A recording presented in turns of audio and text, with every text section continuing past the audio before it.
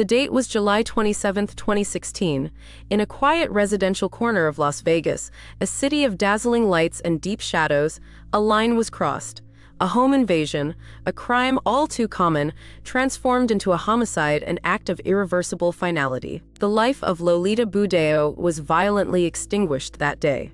She was murdered in her own house, the one place on earth she should have been safest. The initial call to authorities pointed to a robbery, but investigators arriving on scene would quickly discover a far graver reality. The man who brought this terror into her home was Jose Luis Garcia. His crime was not one of sudden passion, but of cold calculation that spiraled into chaos. He entered the residence with a simple and tragically common objective in mind: to take what was not his. This was a decision that would not only end one life, but effectively end his own as well. The motive was clear from the very start of the investigation: robbery. A financial incentive drove Garcia to commit the initial crime of breaking and entering.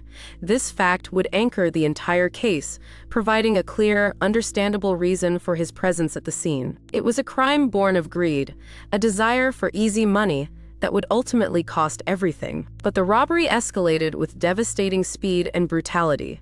A deadly weapon was introduced, and it was used. This single violent act elevated the crime from property theft to murder, sealing the fate of both individuals involved. The evidence presented in court would later underscore this critical fact, making the use of a deadly weapon a central element of the prosecution's case against him. The link between them was forged in that moment of brutal violence. Garcia, the perpetrator, targeted Lolita Budeo, his victim. What began as a plan to steal her property ended with him taking her life. There was no complex history between them, only a random, fatal intersection of a predator and his prey. After a thorough and painstaking investigation, Jose Luis Garcia was identified, arrested, and charged. The justice system began its slow, deliberate process, moving toward a day of reckoning for the murder of Lolita Budeo. For her family and the community, it was the beginning of a long wait for accountability. That day finally came in 2018. A courtroom delivered its verdict, finding Jose Luis Garcia guilty on all counts. His conviction brought a legal conclusion to the tragic events of 2 years prior, formally holding him responsible for his choices and their devastating consequences. The specific charge was murder, compounded by the special circumstance of using a deadly weapon.